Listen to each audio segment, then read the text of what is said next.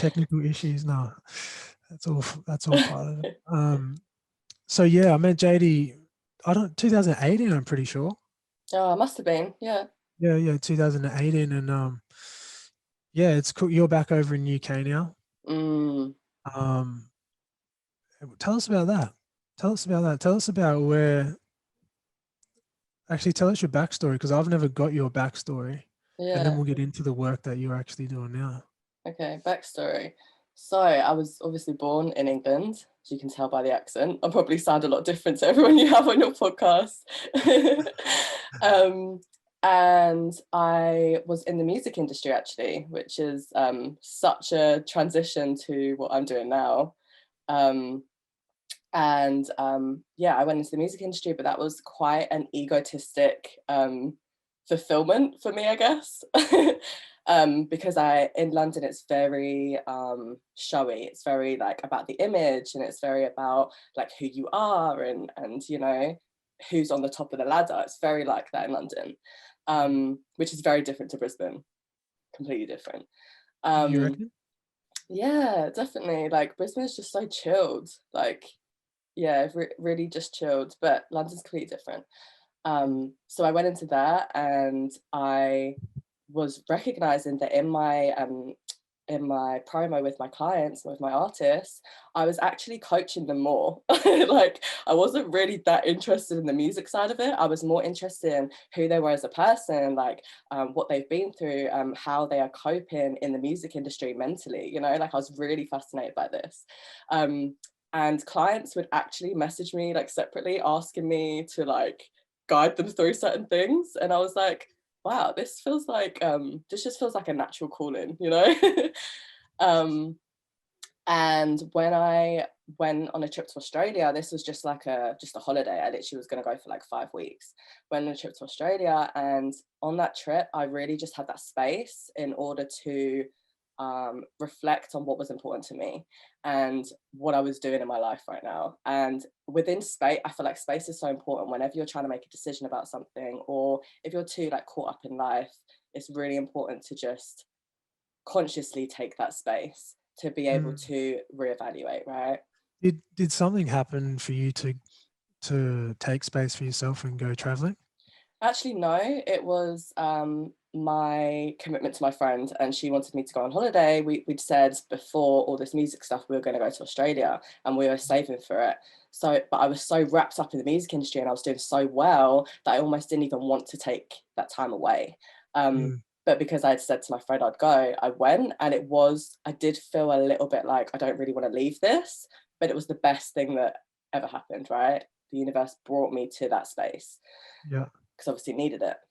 Mm. Um, and when I How was, was life? So how was life? I want to keep going down this path, but I just want to get a bit more detail on life, like how who you were in that period of time of your life. in the music industry time, Yeah, like or growing up. Yeah, yeah, before you go on your travels. yeah. So I've always been very conscious. I've always done a lot of self development work. That's just kind of naturally how the route I've always taken. But I Mm. guess I was just more, my ego was bigger back then, and I was more involved in trying to prove myself, and trying to um, be liked and be accepted, which goes back to all these childhood wounds, right? Yeah. Um, yeah, my dad is very spiritual, and he's very self-aware, and he's kind of just like, that's how I've been brought up, is to be kind of like that way inclined. So I've always Oh, had that in my essence. Um, but the ego was kind of just taking the forefront at this point in my life. mm. Mm. So yeah, how old were you? What at this Like, point? how old were you the time when you started in the music industry? And Oh, probably 18, 19. Yeah, that kind of yeah, age. so like that's like the prime age of where you're like trying to grasp what the hell's going on in this world. And like Yeah. obviously you've got so many different influences and the ego is just like trying to attach to like everything and like look Mm-hmm. who I am. Like I Mm-hmm. can remember myself when I was like 19 and like I just moved away from home as well, like a big a big step. And man, like when I look back at that dude, I was like in a lot of pain, you know, Mm, a lot of pain. mhm. And that's it's like a passage that you have to go through growing up. Hey, it's like Right. a rite of passage. You got to go through that, like out on your own, go through and like experience, like, yeah, Mhm, experience mhm, pain, mhm. experience Uh, suffering, experience, and yeah. what kind of pain were you experiencing at that point? Like, what were you kind of going Well, through? when I look back on it now, pain I was experiencing is not not being able to like center myself and like recognize what my desires and what really lights my fire, Mhm.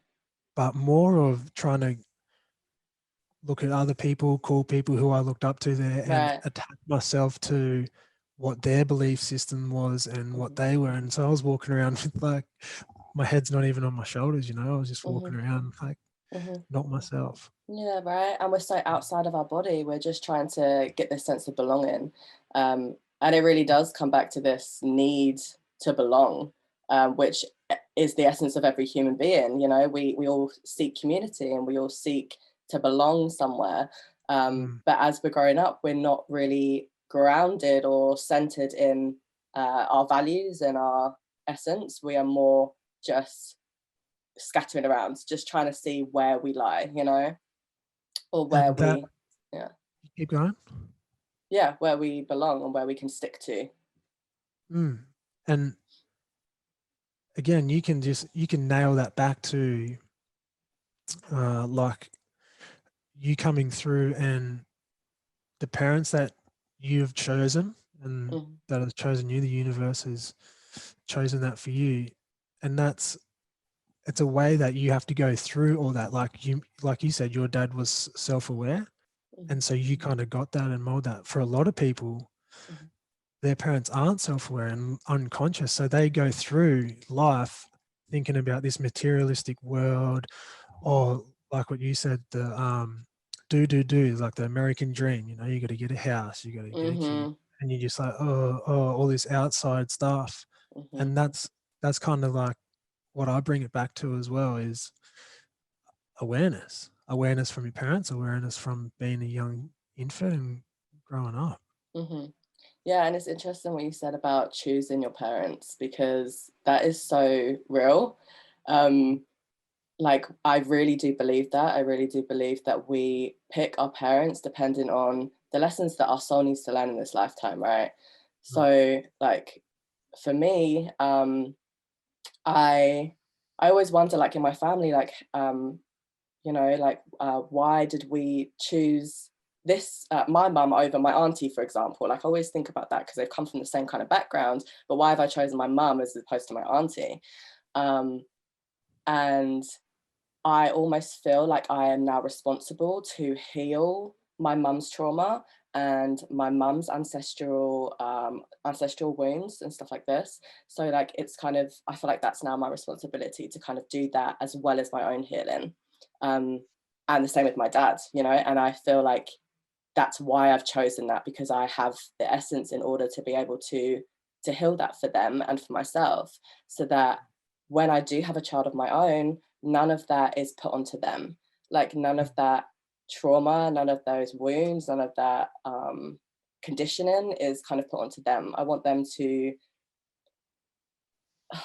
hmm, them to almost be like a fresh slate. Obviously they're not going to have, you know, a complete fresh slate, but I want them to not have to deal with the things that I've had to deal with.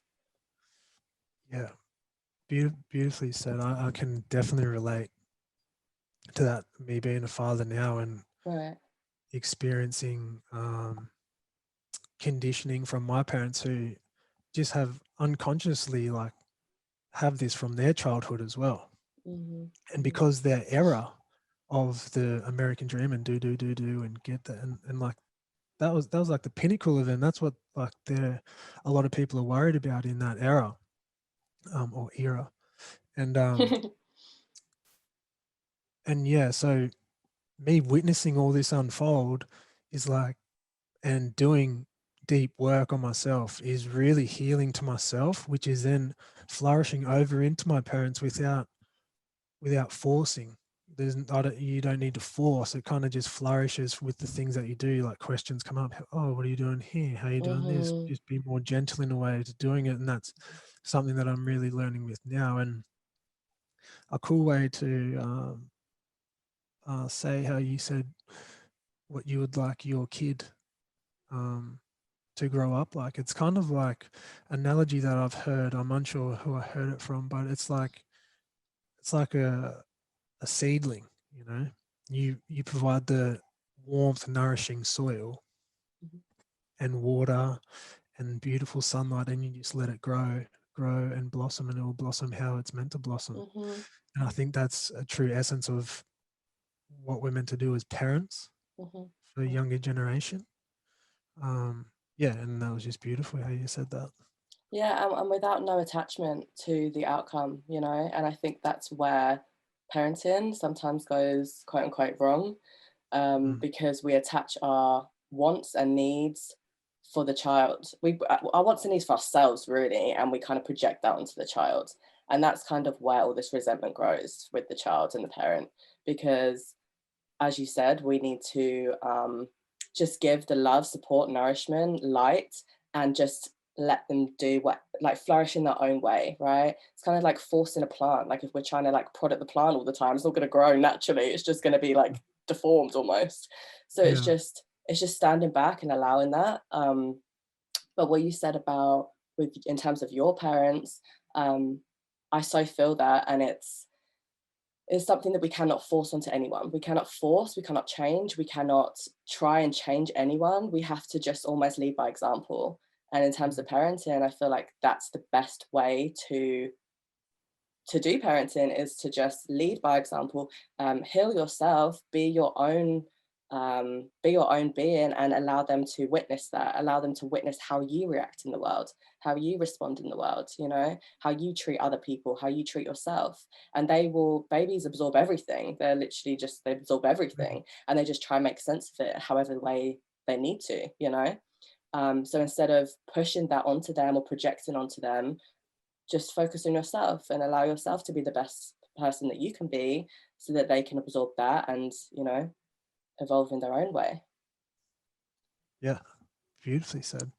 Couldn't agree more. Mhm. So let's go. That was a cool little leeway, but let's go now to your travel. Like, so you were Mhm. traveling, you went on traveling with your friend. That's what we got up to. Right, yeah. So yeah, as I said, in that space, it was such a space to reflect on what was important to me, and me being a channel, I guess, a channel for others to offload and to unpack with them and dissect things with them, and to give them some clarity. And when you have understanding and clarity, that is the beginning of being able to move forward, right? You can't really do that without the understanding and clarity. And I really felt like that was something that I had a natural skill at. um, Even when I was in traveling, like I was talking to people and these conversations kept coming, and I was just Mm, like, oh, like something's clicking here. Like this feels, you know, this feels good to me. And I always say that your purpose should be something that you can speak for hours on end. You don't need to you don't need to do any research. You don't need to think about what you're going to say. It just comes from a natural flow, you know, it just comes from within you. Um, and yeah, that seemed to be where I was kind of heading. And I never even knew about life coaching. I never knew that that was a thing. I just thought there was just therapists and counselors, right? mm, Um, so when my friends told me about this life coach, she was like, "Oh, you need to look at this life coach." I was like, "Wow, what is that?" Like, there's people that actually just like do this without needing any like kind of degree or anything. You know, you don't need this certification. Like anyone can kind of be a life coach, which could be dangerous, I guess. But but yeah, that felt good to me. Like that just felt like a yes, like an internal yes. And when something doesn't feel like an internal yes, it's not right, right? mm. How do you just on that Hmm. through what's your eternal yes for you? Hmm. How does that feel to you, your eternal yes? How do you experience that? Mm, good question. Um, It just feels like a knowing, like, it's a knowing before your mind gets involved. So it doesn't need to be a conversation, it doesn't need to be a question, it's just like for me, it's all heart-centered. I'm a very heart-centered being, Mm, and I feel this radiation through my heart, and it's just like a glow, like everything lights up, like it's like a light mm, up from your toes to your head. Um, and that happens so quickly that your mind can't even intervene. So it's just like mm. a automatic yes. And that's how I know, that's how I tune into my intuition, because I can feel that. Yeah, it's so beautiful. Because I'm exactly the same. Hmm. One's my solar plexus, Oh, and nice. yeah, just you ask yourself, can I feel a yes? And you'll feel it when you're Hmm. quiet enough, and then ask yourself for a no. And as you continue to keep, well, as I continue to keep experiencing that, it just gets a little bit more, and I can now tune into that when I feel like it, Hmm. um, So more how often than not. so how do you get into that? How do you get into that flow? Is it through meditation, or is it just quiet? What is your modality? Well, interesting question actually, because only just the back end of last year, I'd been meditating for a long time. I've done a lot of plant medicine journeys, Hmm. um, and had really gotten to different spaces within myself, but wasn't really didn't have a lot of clarity around it. Was still kind of enjoying the experience of it all. And with meditation, I used to sit and just try to stop my mind from racing, like, Hmm. um, and that's all I would do. I never really had a purpose or um, imaginating meditation or anything like that. I was just like, I was just sitting there, pretty much listening to my mind pump over, and I'm like, man, meditation doesn't work for me. And then in the back end of last year, um, started meditating to Joe Dispenza, and Hmm. then I started also reading a lot, Rudolf Steiner, and obviously, and also Gaia TV. Hmm. Gaia TV, there's Greg Braden, and he talks about heart coherency. Joe Dispenza was talking about heart coherency. Hmm. And then all this stuff started lining up, and vibrations, and the world is vibrational. And so then I started meditating through my heart, and Joe Dispenza's work really opened me up. And then I've got a good friend who we do regular meditations together. And again, he told me from the heart. So feel. And that's now an ongoing meditation throughout my whole day is Mm, bring yourself back, bring yourself back. Like mm, things are happening in each moment. How are you reacting with truth, love, appreciation, wow, in everyday things that are happening? mhm, So it's an mm, ongoing process of really, it's a meditation. mhm. Yeah, I mean, life is meditation, right? If we can practice it enough. Yeah. But yeah, I really like what you said there, and I think there is a lot of misunderstandings around meditation. Like you said at the beginning, in terms of like, you were just sitting there and just trying to stop the racing of your mind. And Mm. I think the only thing you can do wrong in meditation is feel that there's got to be a certain way to do it. Um, because that's our mind again, that's our mind saying, right, you're doing it wrong. You're not doing this right. There is no right or wrong, it's just tuning in and finding what works for you. And you've obviously found what works for you is coming back to the heart and keep coming back and, reminding yourself of in every moment being mindful. Um, and it really is just figuring out what works for you. And there's not really a guidebook in how to meditate. You've just got to it's a practice. That's why it's called a meditation practice, right? You're practicing, you keep grounding, you keep centering. Yeah. 100. Paul Chek says a great quote when quote trying to meditate or Mhm. practicing meditation is you are the one who's listening. So if your brain's saying and you're resonating with what's coming up. So say the brain says, wow, this is meditation. You're the one who's listening. So Yeah. go. We are the I think observer. yeah, he says go meditate on that for a while, and I've done it a couple of times. Yeah. Like we are the observer of our thoughts, right? We are the observer of everything that is coming up.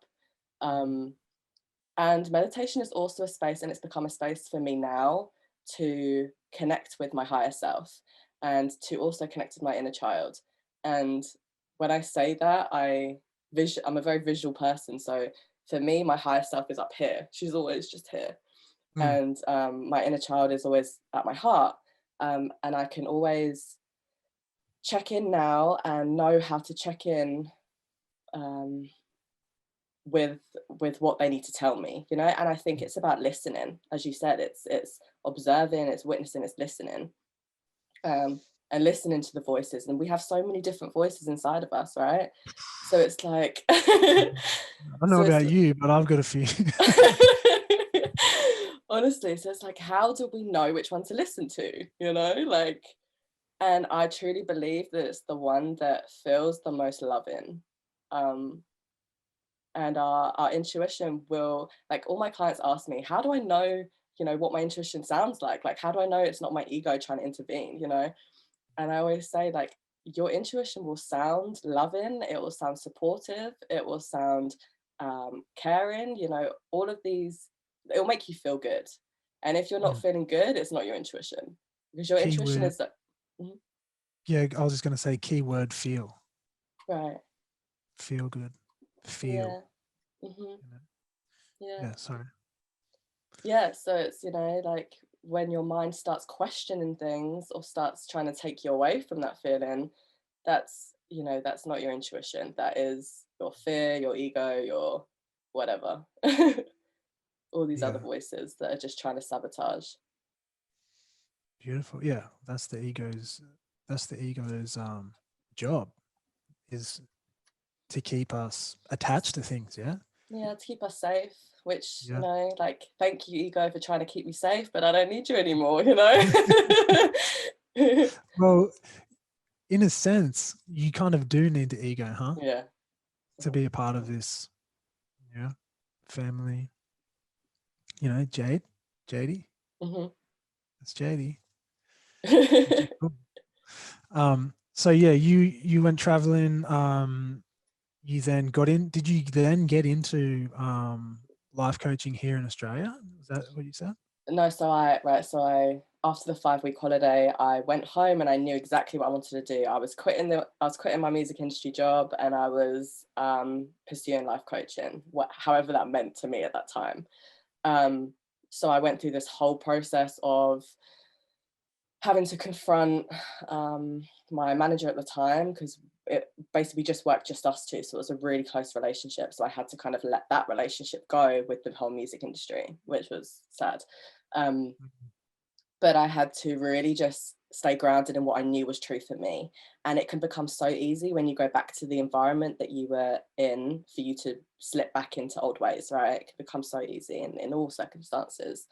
But in that circumstance, I really had to stay strong and really tune into, you know, I know what's good for me now, and I can't unsee that. So I have to just keep going with it. So in that space, I was researching so much into all these coaching programs and what I needed to do, and, you know, speaking to other life coaches about their advice and how, you know, they got into it. A lot of research and a lot of, you know, just figuring out. Um, and I actually met someone who, and I was in that space. I was trying to seek answers, and I was trying to seek external answers, which was the problem, really, because I kept meeting uh, no Barriers. answer. Yeah, I kept meeting no answer.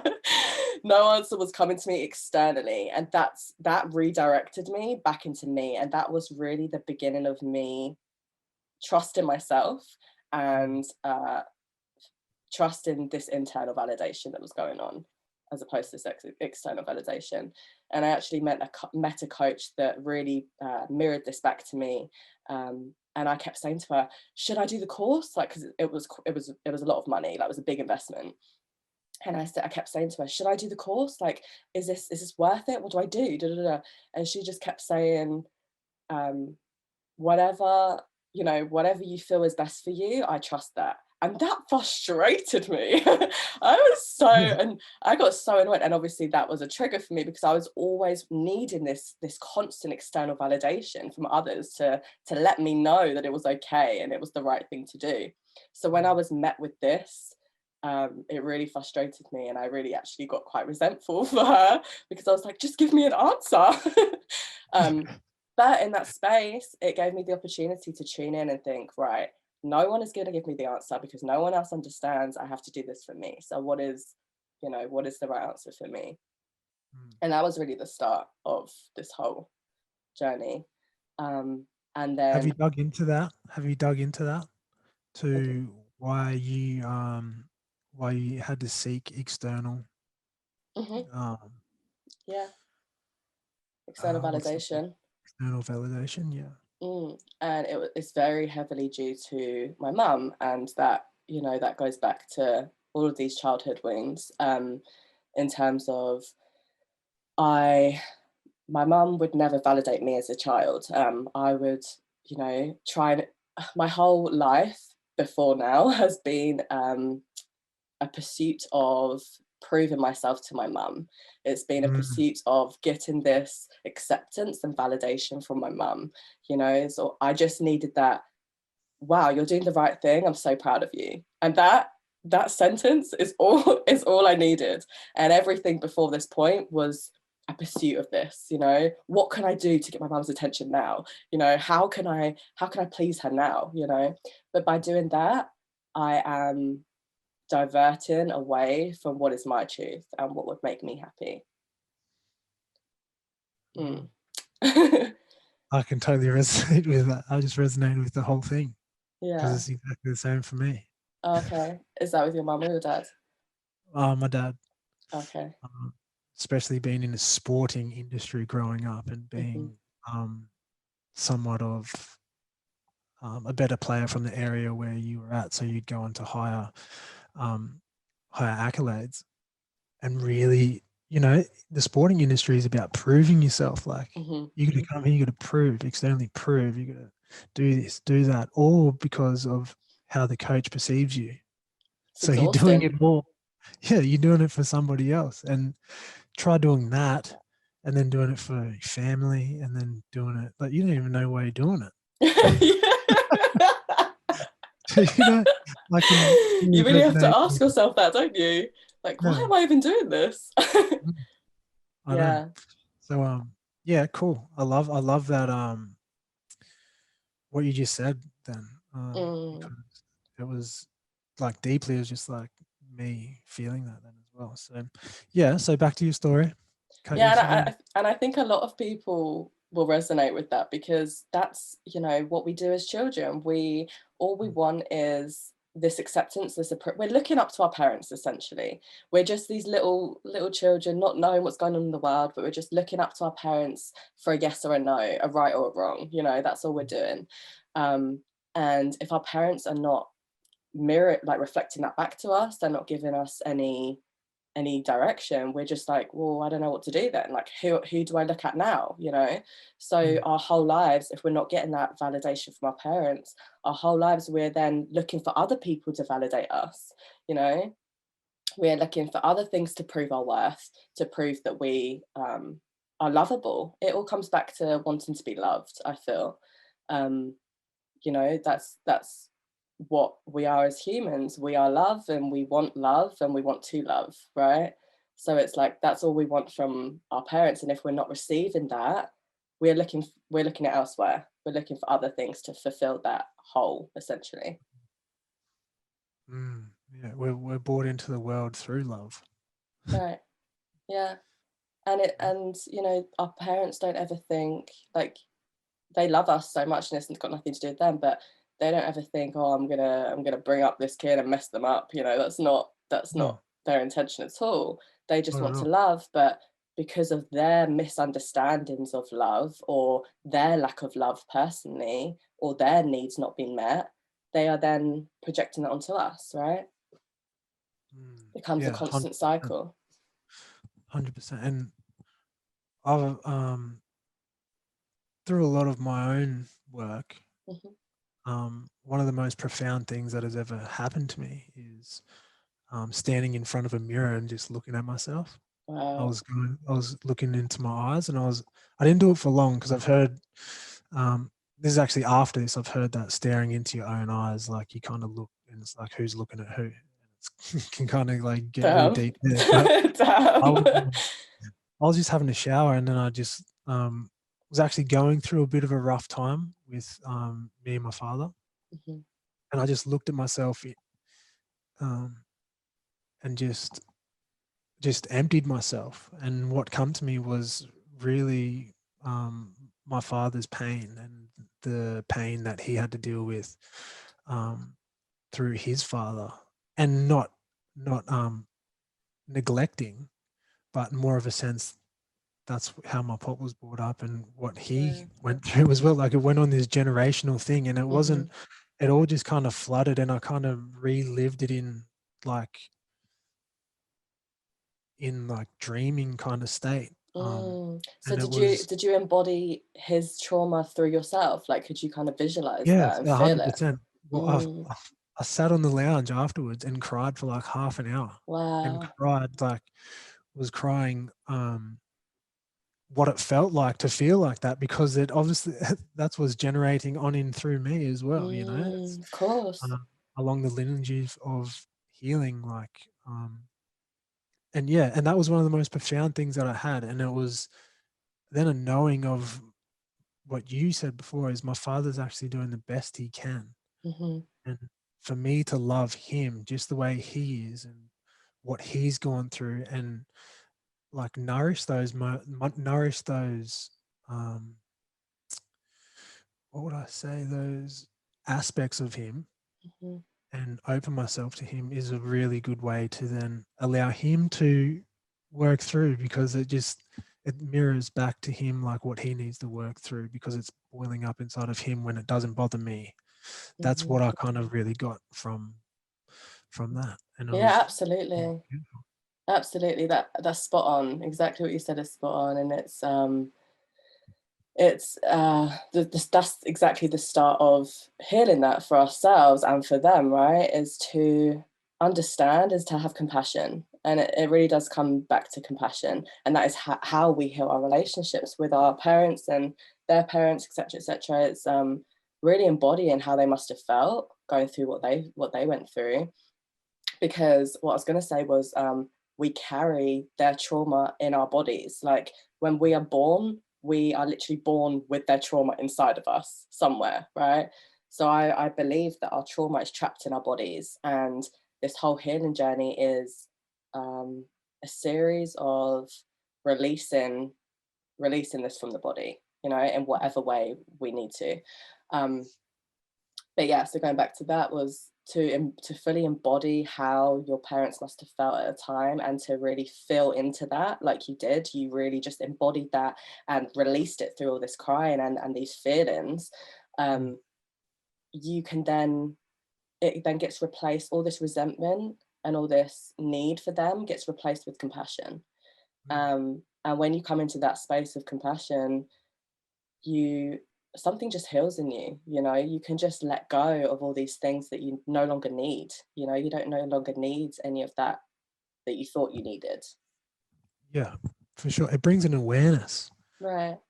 uh, awareness to when you're actually in a moment with loved ones and experiencing actions or phrases, or yeah, either them two, and it's just witnessing them and letting that express, and just seeing, like, I can kind of see where things come from now, and not, part of me does judge it. There's a voice in my head says, oh, this is it. But then the other part of me, I need to bring myself back and just really like, yeah, damn. Hmm. Yeah, and I feel like clarity and understanding is like so healing in itself. To Mm, understand, the root of something, and to understand why this happened the way it did, and where this come from. That just brings so much so much release and so much clarity in itself. Um, Mm, so if you can even get to that stage, then that's just, that's life changing. yeah. Mm. So you were back to you again because Yeah, sorry, I about keep you. diving. um, so yeah, in terms of when I and then I decided basically in that space I decided to come back to Australia because that was an intuitive thing as well. And I can tune into my intuition through my dreams, and that's how I access my intuition. Um, sometimes is through dream states. I don't know if you get that too, like when you have dreams and uh, it makes you feel a certain type of way, and you kind of connect to that in your reality. Does that make sense? Yeah, I totally understand what you're saying. Uh-huh. Um, Myself, sometimes, Okay. not a lot. And I'm not super clear on that yet, just yet either.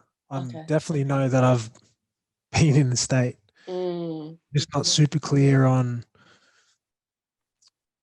well, no, I'm clear. Yeah. So like obviously dreams are just an expression of your subconscious mind, right? It's just like, and our subconscious is everything that has happened before the age of 4, I think it is. I don't know the Yeah. exact terms, but anyway, it's everything we've kind of learnt but are not consciously aware of, right? So subconscious mind comes out in our dreams. And if you can really tune into your dreams, there's just so much wisdom and so much clarity in that, and I love it. um, Mm, because certain things will happen in my dreams, and obviously it's all symbolism. It's not like this happened for this reason. It's not linear at all. It's all mm, symbolism. And when I am in a dream, I can really become the observer of what's going on, and when I am awake in my waking state, I can identify what it's trying to tell me. And basically, I had a dream when I was deciding whether to go to Australia, and in this space, it was a really like pinnacle point of my life. I had this dream that I was on in space with my family and like everyone I knew. Everyone was there. It was kind of like a party in space, and I kept looking up at this moon. So everyone was like having a party down here, and everyone was just like doing their own thing. But I was just so not with everyone. I was so not present. I was just looking at this moon, and it was so beautiful and so bright that I just couldn't keep my eyes off it. And I was just looking at this moon like, wow, look at that moon. Like I was just so mesmerized by it. And moon I is kept, nice. pardon? Moon is nice. Yeah, it really is. And I kept saying to everyone, like, look at the moon, like, look at it. What are you doing? Like, look at this moon, it's amazing. And everyone was just ignoring me. And I was like, wow, like, I just felt no one was with me. No one was in my wave of thinking, right? And I kept saying to everyone, please come with me. You need to come with me to the moon. We need to go. Like I just felt this urge to just go up to this moon. And they were just ignoring me. So I was like, right, I'm gonna have to do this by myself. So I just like floated up to the moon, and I was just like exploring the moon by myself. And what I took from that, what I took from that dream was that I so desperately needed someone else to be with me to do the things that my soul knows I should do. I am so connected to what my soul wants and needs, like so much, and I always have been, but I have always felt like I needed someone to be there with me to do that because, fear of not being able to handle it when I get there, or something going wrong and not trusting myself that I'm able to hold myself, all of those things. Um, but in that space, no one was there with me. There was no one to do this with. And I really had to ask myself, are you willing to follow your soul's calling, or stay safe down here with everyone else and feel comforted with everyone else? And at that point, I knew that I was ready to just, detach from that and head to the moon. So so metaphorically, the moon is Australia, I guess. Wow, um, that what an awesome dream. And for you yeah, to um recapture it with your words like that, it was just like, yeah, it's beautiful. yeah, it was really beautiful, and it was the point. And when I woke up, I knew it was just an immediate, you know, my intuition just knew. And I sat down with my mum and I said, I'm going back. And I don't know how long I'm going for, but I'm going back. And then that was it. And I booked my flight and I was there. Yeah. And then in Australia, you so when did you then first start taking on, did you do that course that you said? Yeah, so That's I done that course. before I booked my flight. So I booked the course, and then, and actually that night I had that dream to go. Um, and funnily enough, it happened to be an Australian course, so it kind of just, you know, all Oh, aligned anyway. Yeah. yeah. Um, so I spent the first 6 months of my time in Australia really going through a lot of resurfacing wounds. Like, Mm, this is when my healing journey really started, I feel, um, because it was just so out of my comfort zone. You know, I didn't have my parents to lean back on. I didn't have friends to, you know, support me or comfort me. It was literally just myself and Paul. um, mm, so bless Paul, because he went through a lot through that stage of me going through that whole journey. yeah. Um, but it really just brought up all of these wounds around abandonment, um, isolation, validation. All of a huge abandonment wound was coming up, and this has played out the whole time I've been, probably for the last 2 years, and it's been a daily thing. Um, and actually, only since I've come back to the UK have I actually felt like I've let go and healed that part of me, which is amazing. Um, but yeah, what was really coming up was feeling as if I was attached to Paul in this circumstance. I was attached to, you know, this comfort that I obviously had my whole life of feeling like I needed to be with someone all the time, you know, because I didn't trust myself to be by myself. And when he obviously was doing his own thing, I really felt this space inside of me that was empty. And Mm, this is something I really had to question and look into and think, why do I not feel whole if I'm by myself? You know, like, why do I always feel like I've got to be busy um, to feel worthy? You know, mm, and I went from having such a busy lifestyle in London, like so busy all the time, you wouldn't be able to catch me. I was here, there, everywhere. Um, to really just slowing down and being by myself and not having to do anything. You know, my days were so slow, and it was just such a shock to the nervous system, because that's not how that's not how I was conditioned. So then that's when I really had to check myself and really had to go in and think, why have I been filling my life to the brim in order to what am I distracting myself from? mm. Really, that's the big Yeah. question. That's beautiful. Yeah. Um, a couple of things come up there for me was your, remember your dream you had Mhm. going to the moon and leaving everybody behind, and then when you come to Australia, you brought again, like, there it is again, like resurfacing in a way, Mhm. an attachment again to something, validation. Um, what are your thoughts around that? That's interesting. I don't think I'd have thought that before. Was that I've carried this attachment over to a different, different location, Mm. and wherever Through you go. something else, through, through either Paul, through Australia, through, For anything, through yeah. work, that's it. That's a common thing that a lot of people do, is they're so attached to work to give them this identity. Um, Mm, yeah, and it's who are you if you're not attached to anything, you know? mm, Who are you at your and we can become attached to our emotions even. Um, mm, we can become attached to our wounds, our fears, our worries, our passions. We can become attached to all of these things, but who are you without all of that? You know, like, who are you at your center, your essence? And is that enough? Like, does that feel enough for you? And that's kind of the question you've got to ask yourself.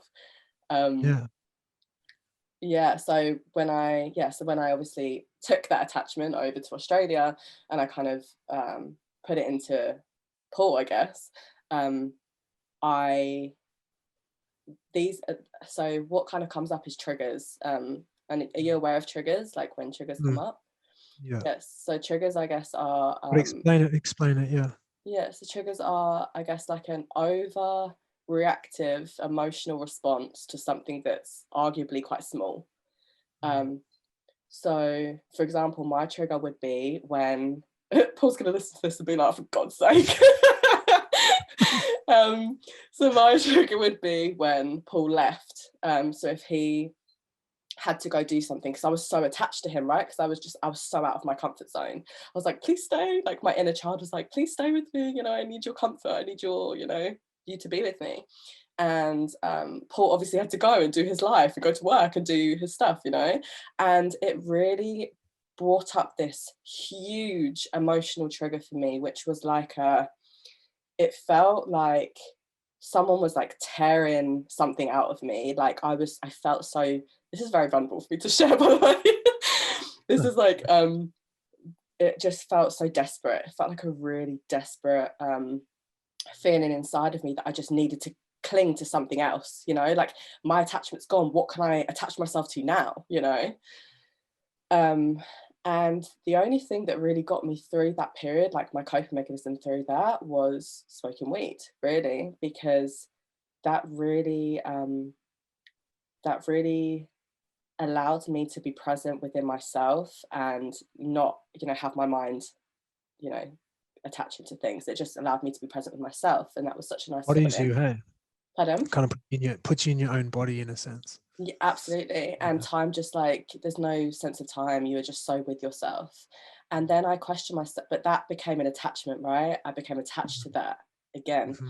So then I questioned myself, how can I experience that feeling that I feel when I'm high, but not high, like just within myself? And that was a whole, journey in itself. So I had to like look at what I do when I am high and when I'm feeling like that, and how can I take that into my sober self, I guess. Yeah. So that I wasn't attached to this thing. You can Um, find attachments anywhere in your whole life. Like myself, I have attachments. I have attachments to coffee. I have right. attachment to, yeah, smoking. I have attachments to um, dates and walnuts. They're one of my favorite like desserts. But Yeah. acknowledging those and working with those attachments, they're things that you like doing. They're Hmm. things that they're not always bad. No. They're things that bring joy into this physical life. And I think a good way, well, for myself, whenever I'm whenever I'm too submersed in materialistic world and like doing and like I need to do this, I need to do that, oh, I need to have a coffee, I need to, you just need to really work in, I have a good working relationship. So have a break from things That's it. and then go back, test it. And then if you get drawn back straight in straight away, that's you're gonna need to have a break. And maybe Yeah. that may would be good for you, like food. Seeing what reactions you have to different food. Does this food make you feel shit? Does this food give you brain fog? Does this food make you feel lively, energetic? Like you work Hmm. with these things and experience them to maneuver through life without causing, because being too attached to things like for instance coffee, if I have coffee too much it's going to burn my adrenals out and I'm going to so Hmm. and having and what is that attachment to coffee? Hmm. I'm asking myself now, it would be to speed things up, so to get things moving a bit more faster, Yeah. the coffee does, Right. Uh-huh. because that's how well I was as a kid. My mum was like that. So that was just a little leeway into how I work through No, with I attachment. like, yeah. No, Mm. I love that. And it kind of alludes to the fact that attachments can sometimes be turn into addictions. Um, Mm. and there's a point, right? As you said, it's testing the points and it's testing your boundaries. It's all about boundaries, right? Um, and it's like if you cross that boundary, that's going to lead towards addiction almost, and not addiction in the sense of like can't live without it, but almost, yeah, can't live without it. I guess like just needing Well, it it to becomes get to a your. what happens as you continuously keep doing things on a daily basis, it becomes a habit which then is ingrained in your system, like it's Mhm, ingrained in the nervous system.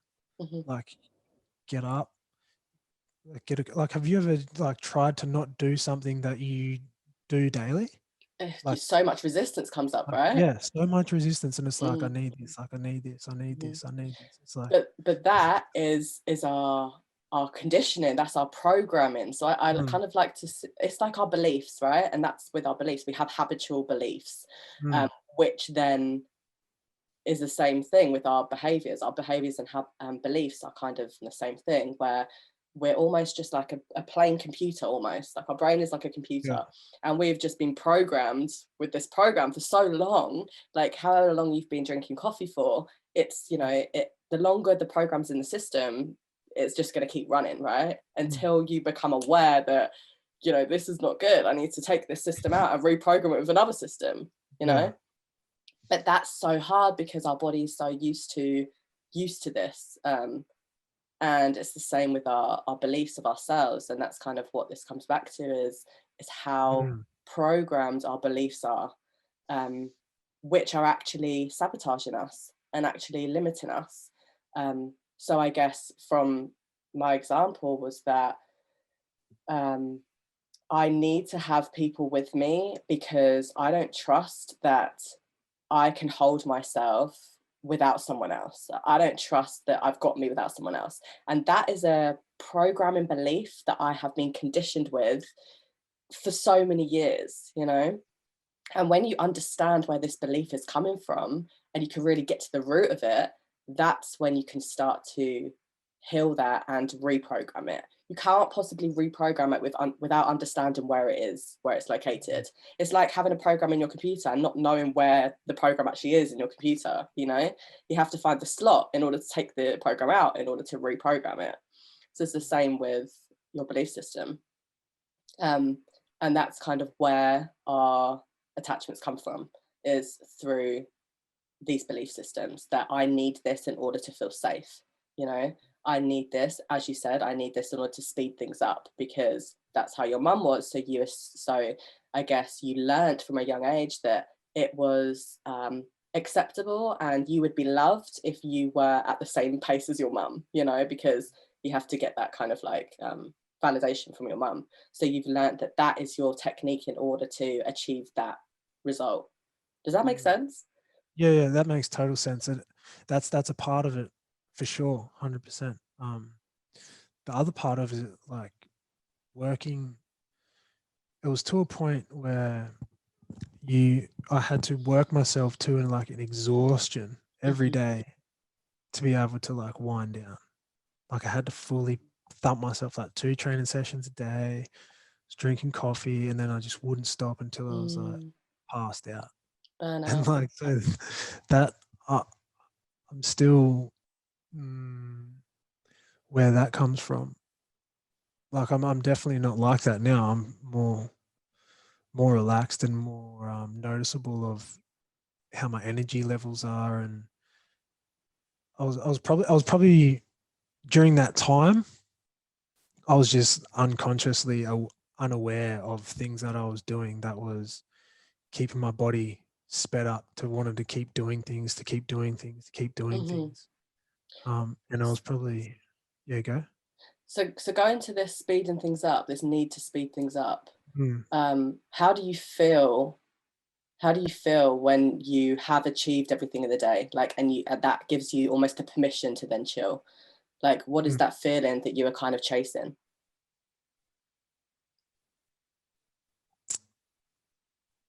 The feeling that I was kind of chasing would,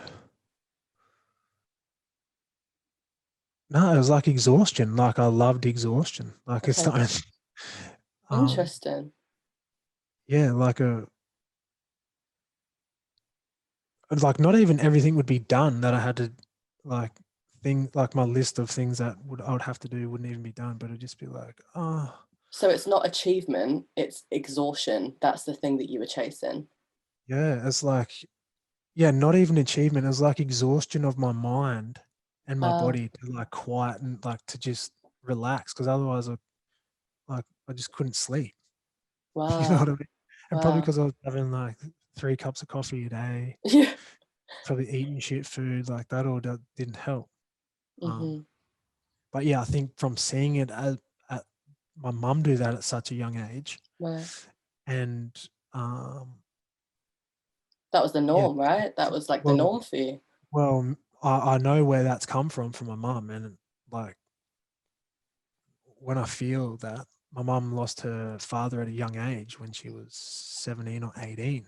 Mm, So how does my mother cope with life after that when your father was such a role model for three daughters and some aunties and my nan, and my mum being the middle child, 18? How do you progress in life when this has just happened, when your father just is gone one day mm-hmm, mm-hmm. at such a young age? You have to like get on with it, and that's what my mum's about. She's like, get on with it, get Right. So she on. was almost like coping. That was her way of coping, was to just, yeah, just To not think about it. I don't want to think about this. I need to so do keep things. busy. So Do- keep busy Yeah, in order to distract, right?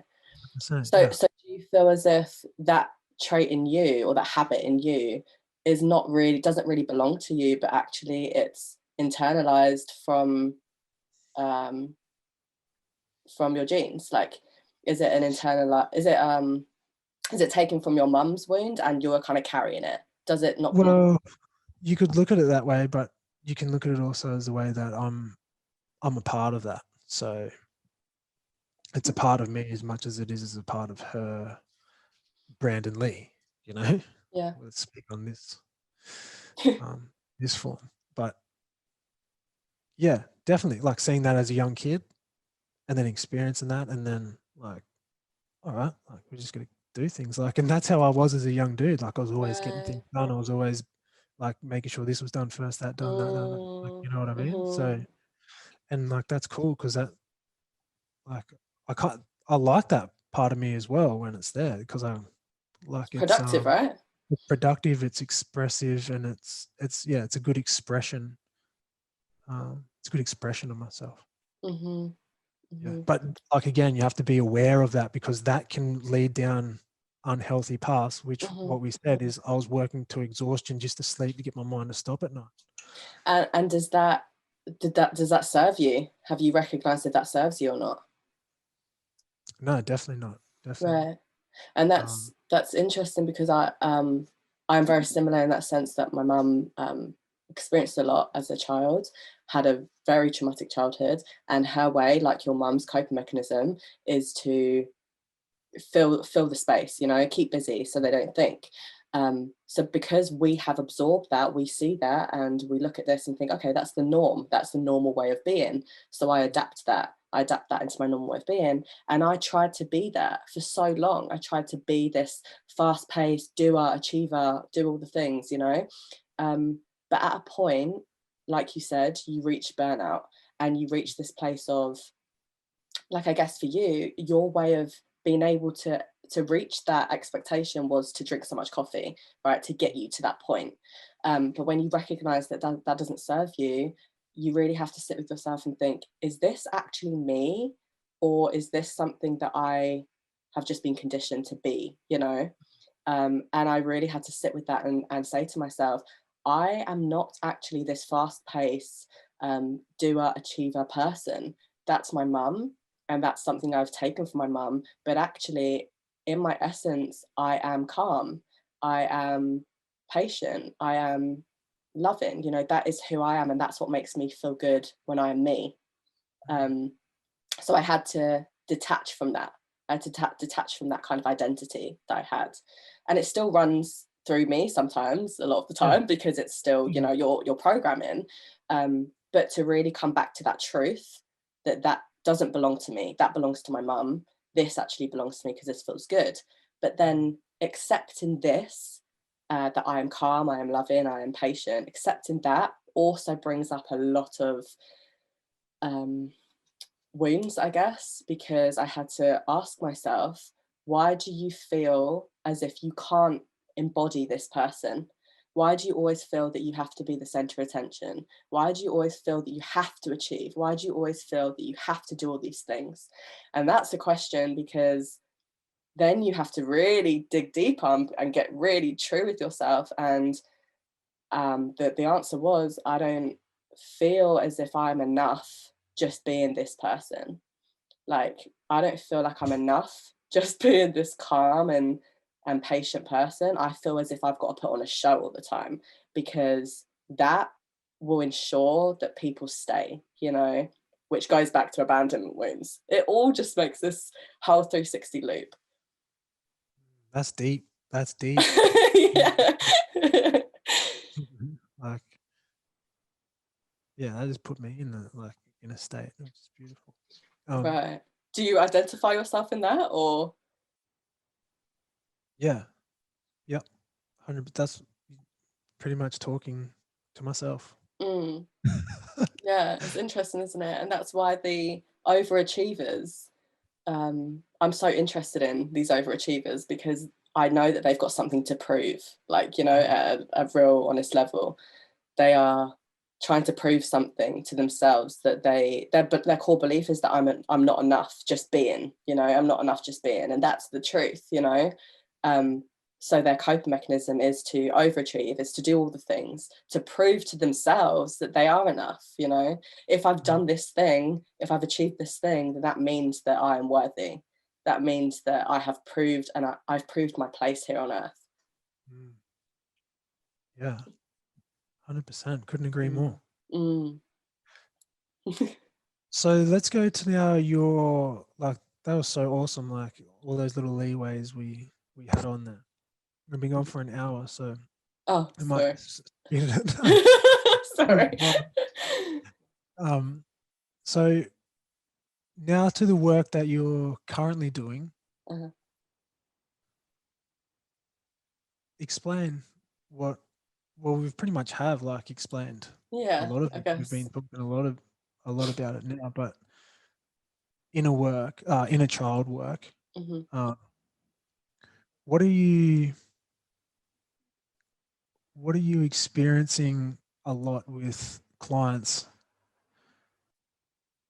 through this time? Like, are you Hmm. getting a lot of clients through this time, like Mm. through what's going on in the world?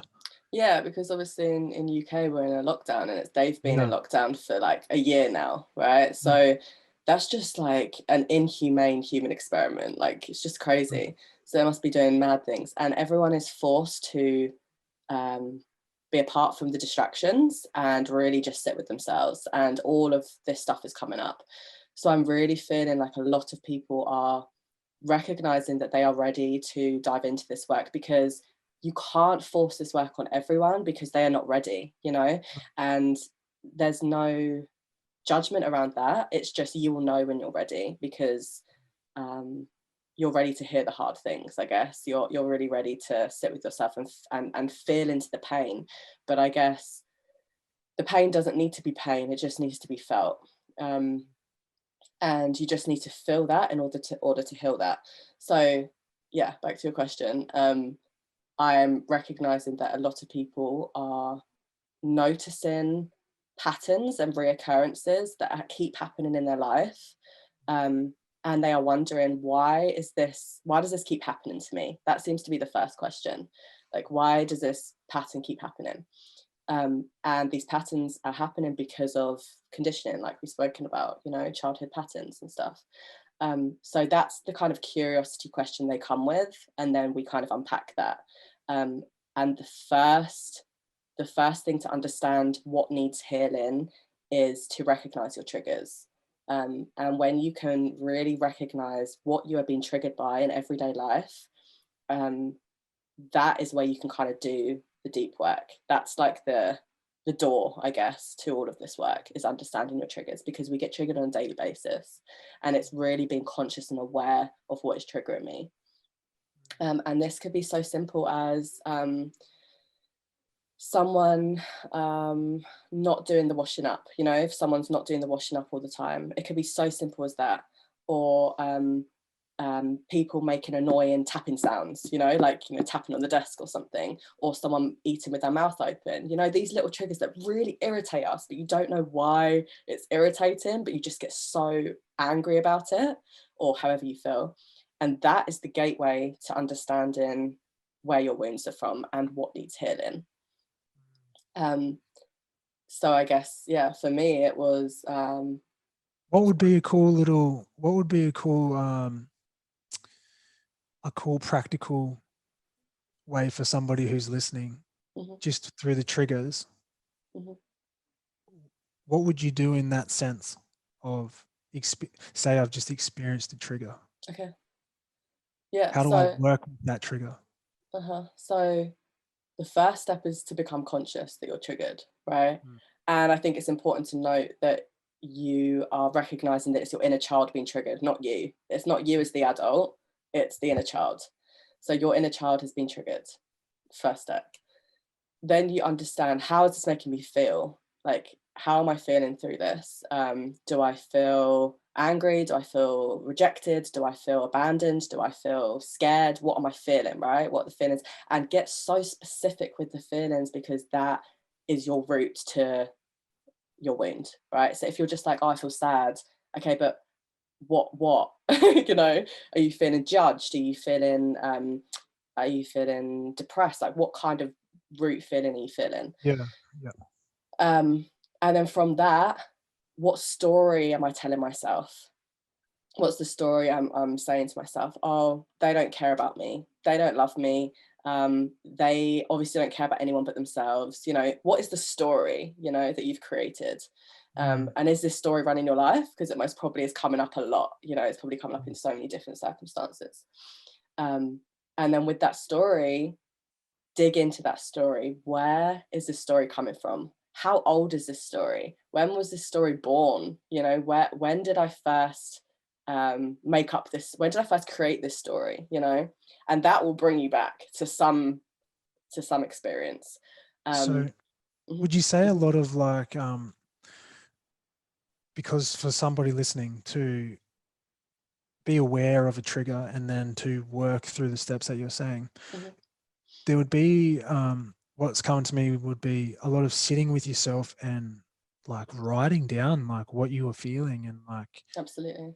being aware of, okay, this is leading to this is leading to this, and just asking more questions and then listening. That's it. It's being Mm, so curious with yourself, like, mm, so curious, and keep asking why. Why? That why is the best question in the whole world, you know, I believe. Because it mm. just gets us one level deeper each time, you know? Like, if you create this story of, you know, oh, they don't care about me. Well, why don't they care about you?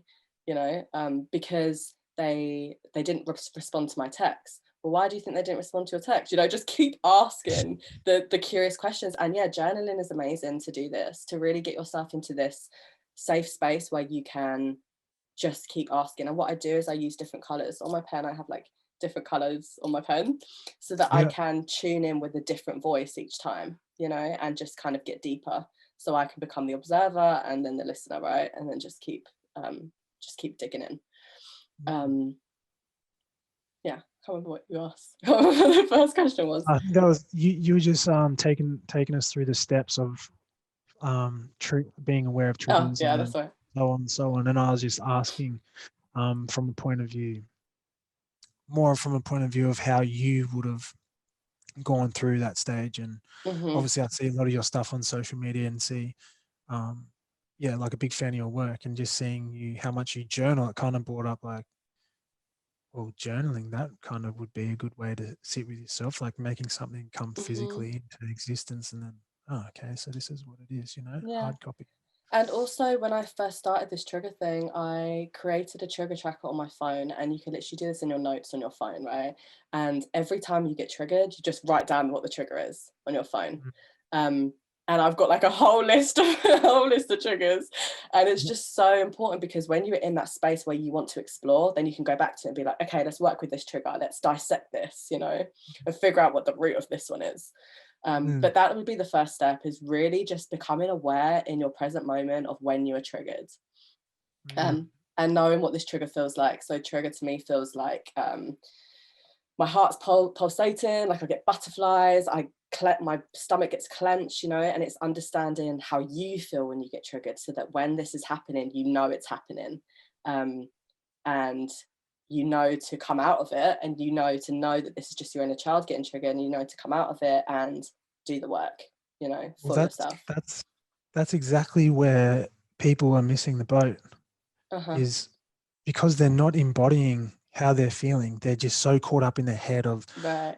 oh, you fucking did this, you fucking, or oh, fuck this, or whatever. They're so caught up here, they can't actually feel like what it's doing to their body. Are they tensed? Mm, You said, is my gut like gripping? mm, Am I like sweating? Am I, it's that's like it.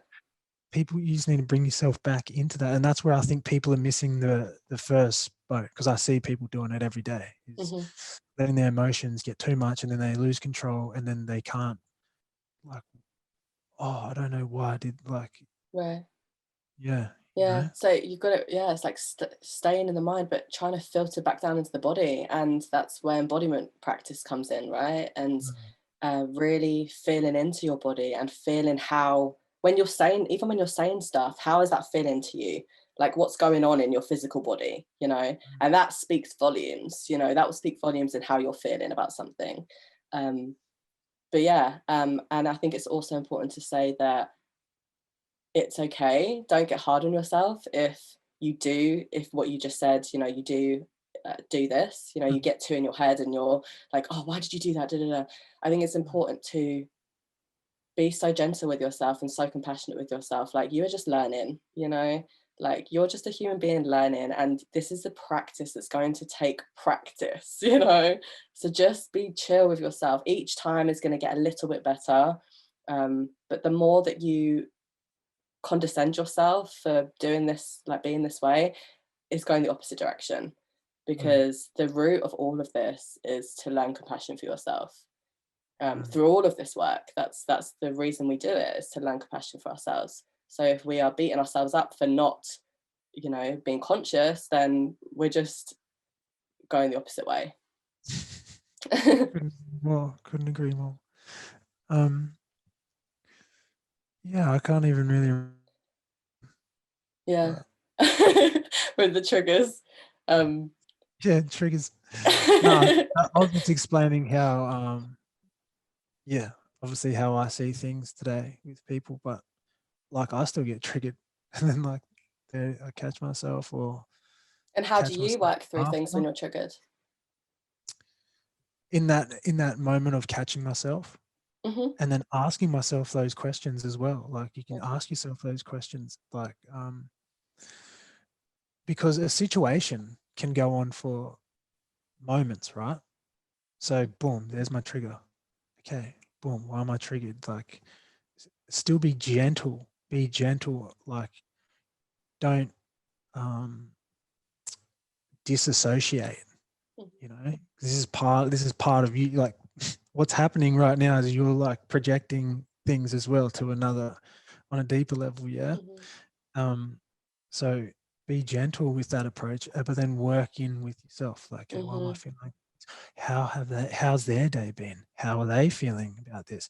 What have I done? Can I help this? And try and not try, I distinguish the situation by just opening myself to let it be how it is, and Right. how can I love this situation?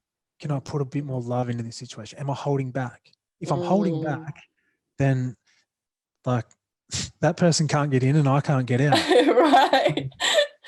If I'm open and just be present, a presence Hmm. within and like, don't get me wrong, like, I'm not like this walking guy that Yeah. doesn't have drama. Like, I have It's a drama, practice. yeah, Mm. most days, and it's when that practice, yeah, that's beautiful. You said it's just a practice, and it's a fulfilling practice, Hmm. because um, how else do you want to do it? Do you want Hmm. to just be angry and uptight, or sad, No. and you And you are know? not then showing up as your true self, because your true self would not be angry and they would not be judgmental. So you are doing a disservice to yourself. But I love what you said about, you have to be open, because the other person, it then gives a permission for the other person to then be open too, right? Because when we have arguments or whatever, discussions, whatever, our egos block ourselves up and we have this like hard exterior. And if one of us doesn't soften and let this guard down, then you're just going to be like this forever. And that's why people get divorced, because they just can't learn to put that thing down. But yeah, like you said, you have to tune into yourself, for the both of you, for yourself, but for the both of you, and to understand. No, yeah. I was just going to say the question that I mainly ask myself is, what is this? What is this that I'm witnessing through my eyes that is trying to teach me? What do I need to let go of? What do I need to, Right. what is this? What is this? What am I? Let's work with this. And yeah, sorry to cut you off. That's just what was coming up. Yeah, no, absolutely. So that's triggers, right? So you're looking at the trigger and thinking, yeah, why is this triggering me? And what do I need to learn about myself in this? What is this reflecting back to me?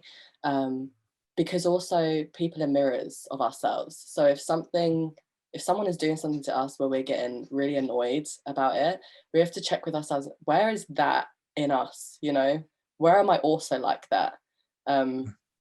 If someone's, for example, if I'm having a conversation with someone and someone keeps cutting me off, and I get really annoyed about that, but then I get triggered, then I think, where am I also like that? Where do I do that too? And you start to kind of soften that and have compassion for the other person, because then you've had compassion for yourself, So it's like, what are they reflecting back to me that I need to work on in myself? And vice versa, I guess. But you have to be conscious. Is that because I was cutting you off? Pardon? Oh is that because I was cutting you off? Did it cut off? No, is that because I was cutting you off? Oh, no. You've been really good, actually. I have a tendency to do that. I just jump in and say one. But yeah. No, not even. I think you've been really good at letting me speak. But it tends to be a thing where, you just have to look at what you're annoyed at and think, right, what, where have I also done that? Or what is this saying about me? And that's it's asking the hard questions to yourself. And sometimes we don't want to hear it. But if we want to become our best selves and our most authentic self, we have to ask the hard questions. Yeah. Yeah, it's a process. It's like, either continue to, if you're not happy with the way you're living, there's always an alternative way. Like, it's not the only way. Right. So, but you have to be willing and you have to be open to receiving.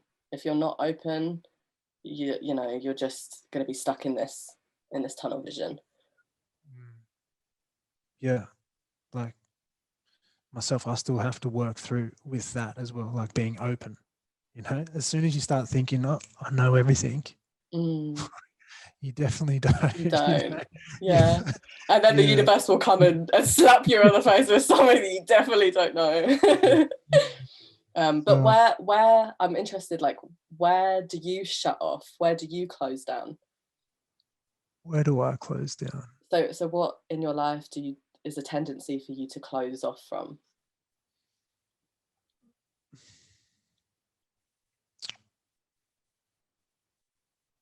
Close off. Or shut down? Yeah. There's like always like speaking, like doing a podcast beforehand. It's like there's always questions that shut down. Like, are you going to say the wrong thing? Is anyone going to listen to this? Is anyone, all the things that run through, and that happens like daily. And it's just like. But you've chosen to persevere through that. Like, you've acknowledged that that's what's going on, but you've chosen to do it anyway. Yeah, because at the end of the day, it's like, it is what it is. Like, it's going to be what it is. Like, I've got no control over what it's going to turn into. Exactly. But I can have control of which way I'm directing it. Like, if I want to go down a path of thinking that way, if I come in like thinking, oh, it's going to be bad, and attaching myself to that, I'm projecting that's what it's going to be like. But if I'm pointing in a direction of where, wow, this is going to be a cool open chat, and it is what it is, whoever's going to listen to it's going to listen to it. Well, then flourish, grow like a kid. Yeah, and that's what what you just said, like, reminds me of a Bob Marley quote that I absolutely love, and it's like, needing nothing attracts everything. And I love that quote, because it's just like, when you detach yourself from the circumstance or the need, then life happens, you know, then things happen the way it's meant to. And it's just surrendering to that. Beautiful. Mm. Well, what an awesome chat. It's been an hour 20. Oh my God, I'm so sorry. I can I can Sorry, honestly talk for England. So I could talk for days. So Jadie, where can like people who are listening, Mhm. you're on Instagram. Yes. Yeah, what is the So name? yes, you can follow me at Vibrate Higher, but the E is replaced with a 3. Cool. Because someone took that name. So I had to replace it with a 3. Not numerology. Pardon? Yeah, I know, right? Not numerology. Yeah, so really appreciate you jumping on. It was cool to have a chat. Because we Thank you haven't so much for ever really asking me had a to be chat. on. We've just been back and forth. Yeah, my pleasure. Um, even I've just been really drawn to your social media lately, and I'm like, damn, that's someone cool and open to have a chat with on the podcast. And because I haven't jumped on the potty in damn a couple of months, it's been a cool way to just Yeah, you're doing daddy life. Give yourself a yeah, break. yeah. 100%. Oh no, So I'm yeah, glad Jay, you're back. I'm glad you're back in your flow, and I appreciate you having me on here. no, beautiful. Thank you very much, and best wishes.